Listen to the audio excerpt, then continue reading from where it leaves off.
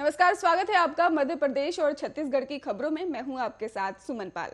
छत्तीसगढ़ के सरगुजा में मुसलमानों से आपको बता दें कि सामाजिक और आर्थिक संबंध नहीं रखने की प्रतिज्ञा दिलवाने वाला वीडियो सोशल मीडिया पर खूब वायरल हो रहा है और सनसनी भी फैला रहा है। आपको बता दें कि अब इस वायरल वीडियो के मामले में जांच भी शुरू कर दी गई है। इसके अलावा कुछ लोगों को हिरासत में भी लिया गया है। वहीं सरगुजा जिले के कलेक्टर संजीव कुमार झा ने एक समाचार एजेंसी को इंटरव्यू के दौरान बताया है कि पूरे मामले की गंभीरता से जांच की जा रही है। दो गांव के लोगों के आपसी झगड़े को कुछ लोगों ने सांप्रदायिक रंग देने की कोशिश की और बात सामने आई है ऐसे कि उन्होंने कैसी कोशिश की थी और इसे किसी भी हालत में बर्दाश्त नहीं किया जाएगा। वहीं संजीव कुमार झा ने कहा कि इस मामले में कुछ संदिग्धों की पहचान की गई है और कुछ लोगों को हिरासत में भी लिया गया है। पुलिस के मुताबिक शनिवार को ही बलरामपुर जिले की सीमा पर बसे आरा गांव के कुछ लोगों ने सरगुजा जिले के ही कुंदी कला में एक व्यक्ति के घर में घुसकर मारपीट की थी। हालांकि शिकायत के बाद आरोपियों को जेल भेज दिया गया था। अब उन्हें जमानत मिली तो उसे सांप्रदायिक रंग देने की कोशिश की गई।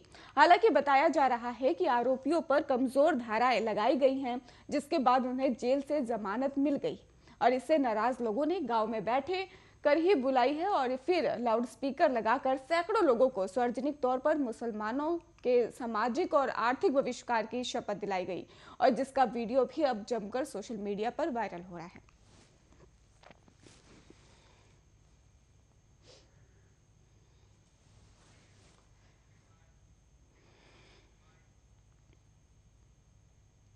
मध्य प्रदेश में ओबीसी वोटर की गिनती की रिपोर्ट को लेकर सरकार का सख्त रवैया देखने को मिल रहा है। दरअसल पंचायत चुनाव निरस्त होने के बाद से ही शिवराज सरकार ने प्रदेश में ओबीसी वोटर की गिनती करवाने के निर्देश दिए और क्योंकि पंजाब आपको बता दें कि पंचायत चुनाव ओबीसी आरक्षण के मुद्दे पर ही निरस्त हुए थे, लेकिन प्रदेश में ही सभी जिलों के कलेक्टरों ने प्रदेश में ओबीसी वोटरों की गिनती की रिपोर्ट अब तक प्रदेश सरकार को नहीं भेजी है, जिसके बाद अब सरकार सख्त नजर आ रही है। शिवराज सरकार ने सभी जिलों के कलेक्टरों को 7 जनवरी तक प्रदेश में ओबीसी वोटर की गिनती की रिपोर्ट भेजने के निर्देश दिए थे। सरकार की तरफ से बताया यह भी जा रहा है कि सभी जिलों से रिपोर्ट नहीं आने से प्रदेश में ओबीसी वोटर्स की स्थिति स्पष्ट नहीं हो पा रही है। ऐसे में पिछड़ा वर्ग विभाग ने रिपोर्ट न भेजने वाले कलेक्टरों को भी रिमाइंडर भेज दिया है और वो 7 जनवरी तक किसी भी हाल में ही अपनी रिपोर्ट सरकार को भेजे। साथ ही आपको बता दें कि पिछड़ा वर्ग और अल्पसंख्यक कल्याण विभाग द्वारा एक पत्र जारी किया गया था। जारी पत्र में लिखा गया था कि ओबीसी आयोग पिछड़ा वर्ग की जातियां अध्ययन करना चाहता है और इसलिए प्रदेश में ओबीसी वोटर्स की गिनती करवाई जा रही है। तो वही सुप्रीम कोर्ट ने मध्य प्रदेश सरकार को निर्देश दिया कि ट्रिपल टेस्ट का पालन किए बिना आरक्षण के फैसले को स्वीकार नहीं किया जा सकता। ऐसे में माना जा रहा है कि सरकार ट्रिपल टेस्ट को पूरा करने के लिए ये पूरी कवायद कर रही है ताकि सुप्रीम कोर्ट में भी जरूरत पड़ने पर ही पूरा डाटा रखा जा सके।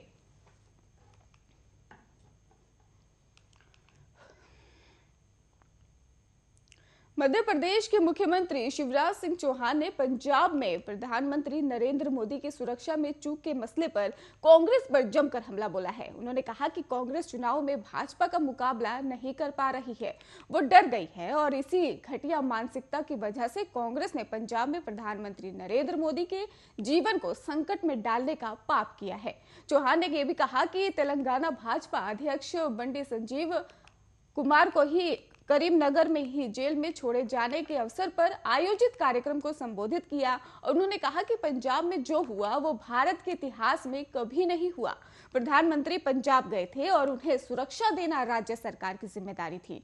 अब कांग्रेस के प्रधानमंत्री आते थे तो अब हम उनके लिए जरूरी इंतजाम करते थे और ये भाजपा के संस्कार हैं। चौहान ने याद दिलाया कि उस समय मनमोहन सिंह देश के प्रधानमंत्री थे, तब अमेरिका में एक पत्रकार ने उनसे कहा था कि तुम्हारे प्रधानमंत्री मनमोहन सिंह अंडर अचीवर हैं और चौहान ने कहा कि उस पर मेरा जवाब था कि भारत का प्रधानमंत्री कभी भी अंडर अचीवर नहीं हो सकता और हमारे गर्व है। और मेरा जवाब था लेकिन कांग्रेस को क्या हो गया है, मैडम सोनिया गांधी इतनी डर गई है कि चुनाव नहीं लड़ना चाहती, इस वजह से प्रधानमंत्री की जिंदगी को खतरे में डाल रही हैं, राष्ट्रीय सुरक्षा के साथ खिलवाड़ कर रही हैं। क्या ऐसा कभी भारत के इतिहास में कभी हुआ है?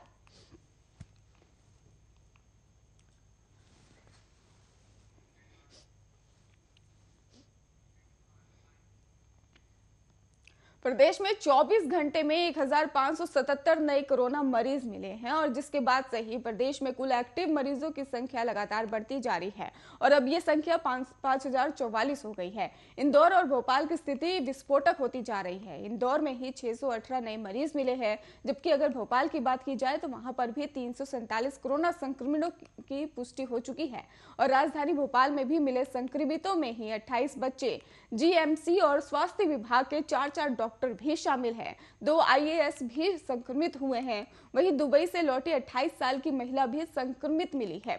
आपको बता दें कि 3 जनवरी को स्वदेश लौटी थी महिला, ऐसा कहा जा रहा है, और अब तक विदेश से लौटे 22 यात्री संक्रमित मिल चुके हैं।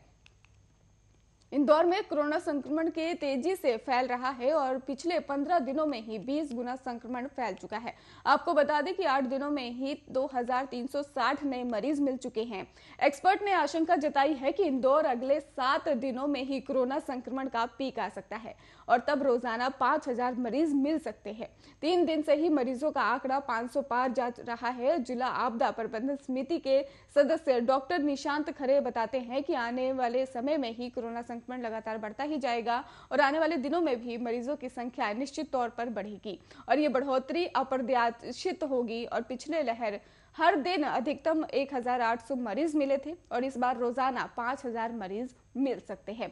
वहीं ग्वालियर में भी 111 नए मरीज मिले हैं और संक्रमित जहां के 2 डॉक्टर और मुरार थाने के टीआई और एक एमबीबीएस छात्र और सीआरपीएफ के एएसआई और एमआईटी यूनिवर्सिटी के एमबीए कर रहा छात्र भी शामिल है। तहसीलदार शिवानी पांडे भी संक्रमित हुई हैं। दतिया जिले में भी 16 और शिवपुरी में 10 और मुरैना में 17 और श्योपुर में 4 नए मरीज मिले हैं। रतलाम की अगर बात की जाए तो वहां पर भी रतलाम में 24 पॉजिटिव मरीज मिले हैं और जबकि जबलपुर में 96 संदिग्ध की रिपोर्ट भी पॉजिटिव अब आ चुकी है और छिंदवाड़ा में भी 15 और रीवा में 8 नए मरीज मिले हैं।